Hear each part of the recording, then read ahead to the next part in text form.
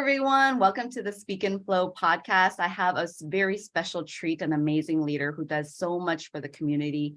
Welcome, Debra Lockwood.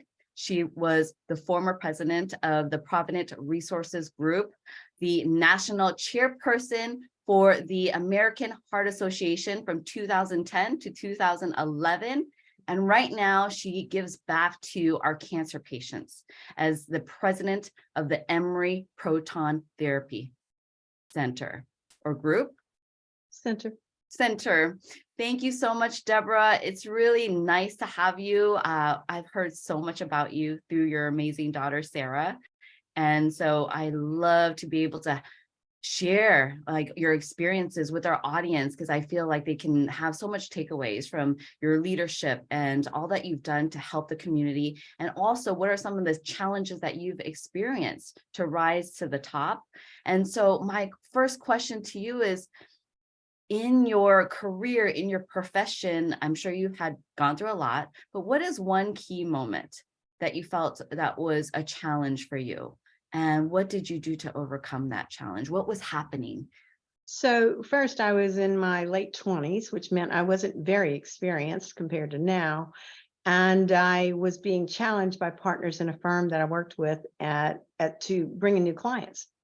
And I was just doing a great job as a CPA doing what I do, not really understanding, well, why do I have to do clients just show up? And I was then told, well, you need to go get them. I didn't know how that would happen. And so I was asked to be on a board and to test myself to see if I could represent the firm, represent myself.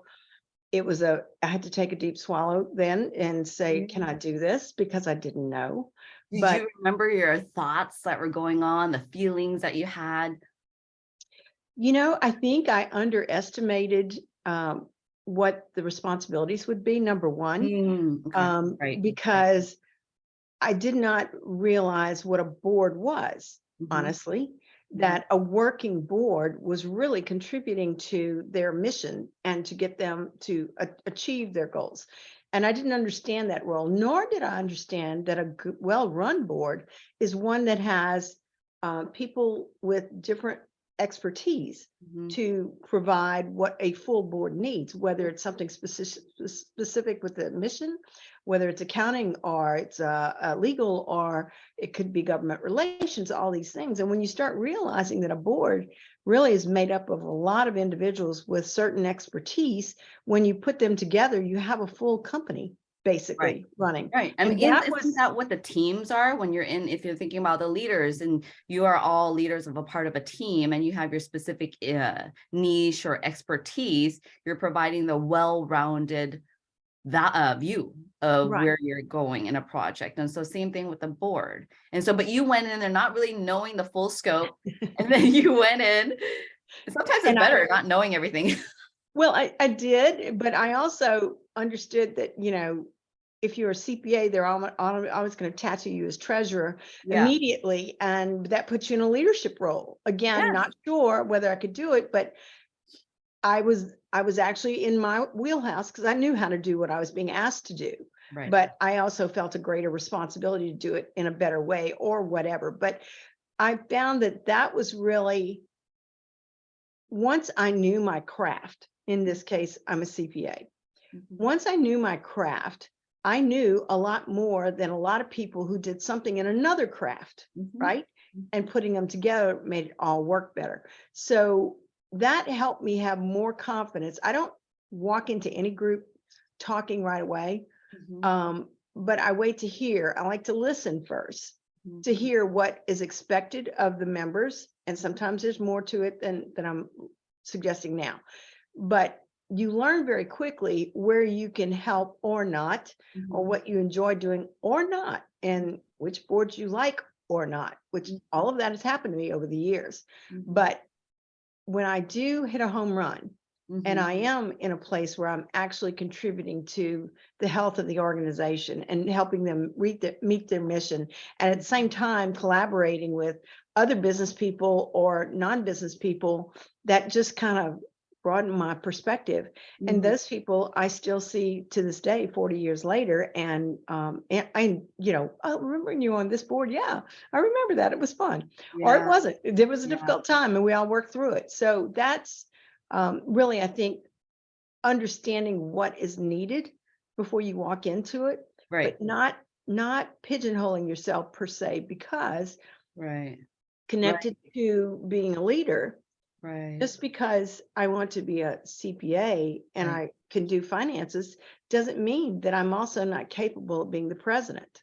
Yeah, no, you said something very key here. So you went in with your specific craft as CPA, but then once you got in, you really listened to other people and found some synchronicity, maybe some interconnections Yes. in the Yes. moment. And where can we all together Yeah. create something? But that is scary sometimes because a lot of the times we want to go in all prepared and know exactly what the what the conversation is going to look like. And so you're encouraging us, like, just go in, know your craft, but then listen to what's going on.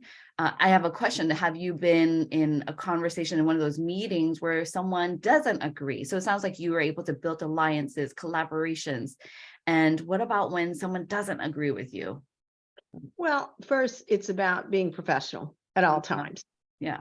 And if I know that it's a controversial subject, I Mhm. do a homework. I do homework. I come in with my facts and what I view something being. And if I'm outnumbered, I am outnumbered. It's a democratic society. And I then make a decision whether it is still in my and the organization's best interest to stay aligned, or if they're going in a different way and I don't agree with it, then it's best for me to move on and let them do their thing. And Yeah. so I've been in both situations, Yeah. in a hospital in one case where I did not understand why they were doing what they were doing in terms of alliances. And, they went on and did their thing and they're doing great. But Mhm. I was uncomfortable. So it's about, it's an evaluation both ways. They're evaluating you, but you're also evaluating them. If you can rest when you're finished the day and just go home and say it was a nice day or it was a difficult day, but we all are on the same page, that Mhm. works. But if on the other hand you go home and you don't feel well about the whole deal and you continue to feel that way, then it's time to make a change and allow someone else an opportunity, because as a nonprofit, there are lots of people that are looking for those types of opportunities. So I think it's also, Right. appropriate to let other people have that opportunity when you've already, done some and decided it's not for you. Right, right. And then let go of the need to Prove having a yourself. way or prove yourself. And what if it falls back on you though? What if it, because ultimately the decision, if you let them do something and then the repercussions fall back on you. The only decision that I thought I really needed to walk away from was really a strategic decision, Mm, which was, where was the organization going? mm, And it was a very volatile environment all around. And I didn't appreciate the direction it was going. It was relative to mergers and other things. So I've been through two of those at this point. One I was appreciative of, and the other one I was less. uh-huh. But the bottom line was learning that I'm not helpful if I'm not enthusiastic. Right, I'm not helpful if right, I'm just sitting there trying to question, why are we doing this? If in fact, everybody has decided something different. right. I'm the oddball. It's still, I believe in a democratic society, and I do believe organizations go in different places and have different cultures depending on who leaders are. And if it's not my thing, it's not. It's okay. Have, how do you communicate some of these difficult communication expressions, thoughts? Well, I think you don't necessarily, you express yourself that this is Mhm, not something that you think is a great idea, mhm, mhm. without belittling anybody else's Right. thought process. Yeah. And then, at the appropriate time, Mhm. you don't make a deal of it. You don't do it that night and say, I'm off the board. I'm out. I don't want to be here anymore. That's never happened to me. I've Mm, never done that. You mhm, wait until the appropriate time and decide, I'm not going to renew, or mhm, I'm not going to go to the next level. mhm, And mhm, that's how I do it, mhm, mhm, because it keeps everybody intact. And you're still working and everybody's doing things. But, I look for things that are fulfilling to me as well, mhm, and, mhm. and building my energy and not taking my energy. Right, and I think that That's the part of it, decision. Yeah. Going in and like you said, what fulfills me if it doesn't feel good, and what I'm in alignment with, and holding that to be true and saying that, even if you might be the oddball, but at least you're saying it because you know that, hey, there's something that didn't sit well with you. And so you're saying it, and saying an appropriate time, doing the research, and saying, not belittling people is Right. what I'm hearing. Yeah. Right. And then so once you were on the board, and then what happened after you found your way in the board, and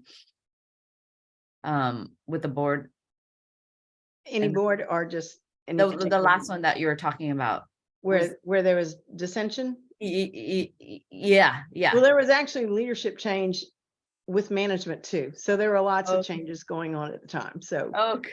it was just it was all came unglued a little bit, but it all got back together. So it was good. It's all, Awesome. but we're still all still, a community that I'm in favor of, and a hospital I'm in favor of, and people I appreciate, but I'm not having to stress about it. It's why Right. I made that decision. And so you do a lot. You're in the nonprofit industry. What made you decide to do that?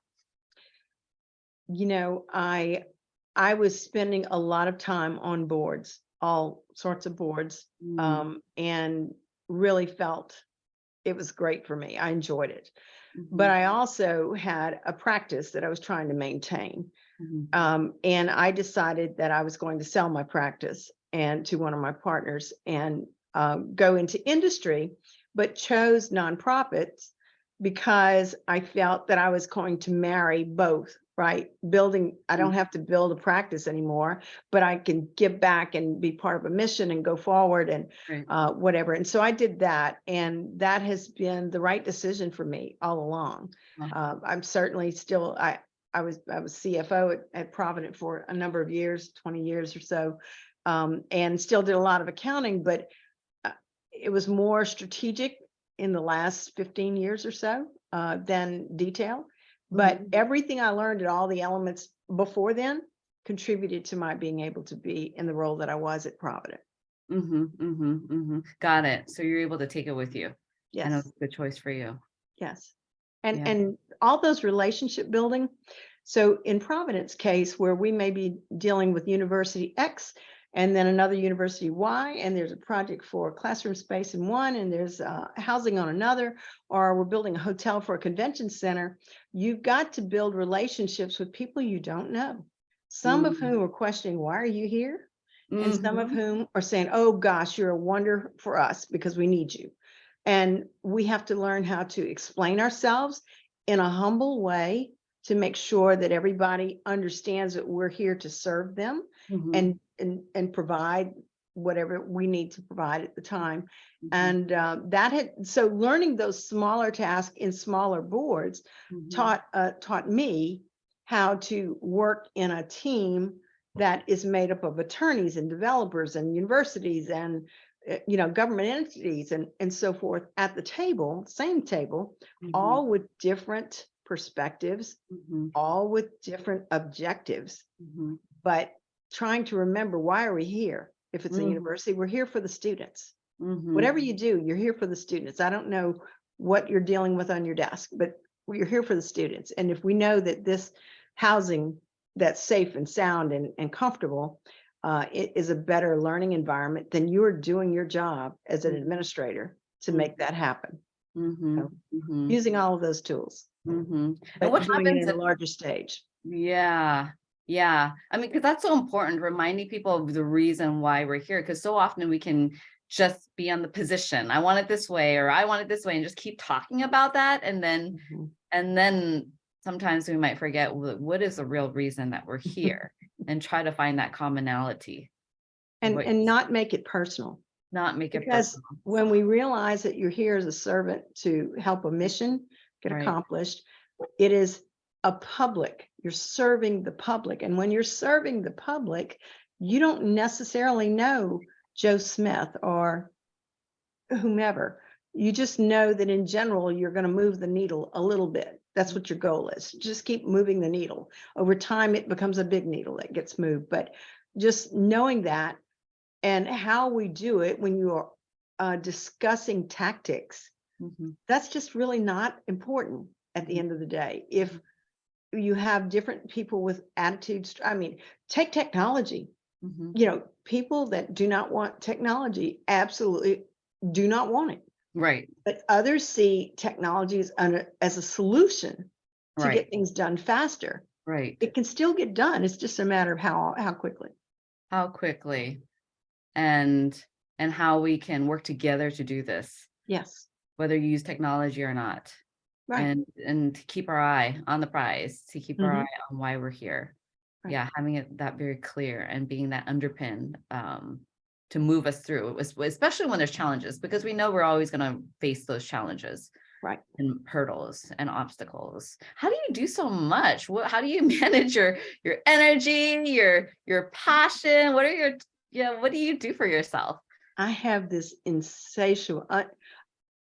unsatiable passion to do things, honestly. And Yeah. I like to work. And I mean, it could be whether I'm, coming up with a new recipe, and I like to cook, and I like to play with my grandson. I like to hang with my kids. I like to, dance. I like Oh, to cool. be on a board, and, I like to be challenged with very technical financing options and solutions and coming up with operations. I like projects, and I can come up with a project all day long. Mm-hmm. And So, what are you and that excited about? energizes me. It makes Yeah. me feel connected. And so why am I almost 70 and not retired? Because I don't want to stop. So that's kind of where I am. And what are you excited about the next decade? I'm excited about trying to smell the roses, Yeah. to try and enjoy my faith. I'm trying to really offer more in my faith, and try and get closer to things that are important to me and people that are important to me, and seeing a softer side. And I just had my 50th class reunion. I said, "Goodness, Deborah, you sure are relaxed." I went, "It's about time." So, but that's what I'm just trying to smell the roses, enjoy my new grandson, and hopefully Sarah will have a grandchild for us soon. I I hope we know. I can. hope so. I hope so. So, How is but your faith we're really supported you? last 2022 is a big year for us. We have a son and a daughter, both got married, and our Yes. son had a baby. So we've had a big 22. So How to smell the roses now, even yes, more so. Oh, those babies will stop us. They yeah, will stop us and force us to smell the roses and yeah, appreciate all those little things, right? When yeah, they're curious, and it's so yeah, fun to see the world from through their eyes. yes. And so it's a joy. That's awesome. So what I had a question. What What advice would you give to these heart-centered, our audience out there, mainly heart-centered leaders? They're doing the best they can. They want to do the right things, and they may have some doubt of what they're doing. Do I belong here? Does what I do matter? And they may not speak up as much. And so they're here to gather all the tools, the techniques. What are some things and piece of advice that you would give to these leaders to unleash that voice and lead? I think number one, they need to find something that's going to make them happy in terms of mission, a connection to the mission, or a connection to the people who have a connection to the mission. Which, if you don't have a connection to the mission, but you have a connection to the people, and it's just another social opportunity that you can do something together and do something good, like Habitat for Humanity, right? People aren't necessarily on boards, but they like doing that. They need to build a house, but they still get involved. But it's about finding something that is a talent you don't mind. So I'm not very good with a hammer, so that's not my thing. But Mhm. I have gone out there to bring water, but I don't do that. But finding something that you can connect to, and if you don't connect it, there are so many nonprofits out there. Mhm, Just think about something that you enjoy doing, and mhm. find a nonprofit that fits it. And Right. then see if that culture there, the leadership that's there, and I mean the management team, if you relate to them and feel comfortable, then you are good to go. I have people that I know recently they were parents who liked a certain kind of international school, and things went wrong with the school that was there before. And the parents decided, we're going to do this ourselves. And they did it. It's a fabulous school now. So it's Um, just about finding the right thing to do that you relate to. Yeah, And what then do you think that will do for them? Like, so they don't have the right thing, they don't know. What do you think that will do for them when they do find it? What is I happening? believe that you will find a burning in your soul that you didn't even Yeah, know you were trying to find. yeah. And heart association for me was that, Mm, honestly, from a civic perspective, it was the best civic thing I was involved in. mhm, And it's still going. I was started in 96 and it's still going today. And for me, Provident helped me there too, because I was able to feed the beast of um, my profession and be challenged, that way I could be in Louisiana and speaking to, bankers in New York or attorneys in San Francisco or wherever, and I'm still here. right. But so I felt very challenged that way and I enjoyed it. And at the same time, making certain, I mean, our motto is building communities. And Mhm, community is a very generic term. A mm, community can be defined as your classroom. It could be mhm, defined as a whole school, a whole mm, community, a right. state, all the universities, XYZ. It can be defined a million ways. And that's what it is. You find the community that you want to make a difference in and see how you can do it. And don't necessarily think that the first bite at the apple is going to work.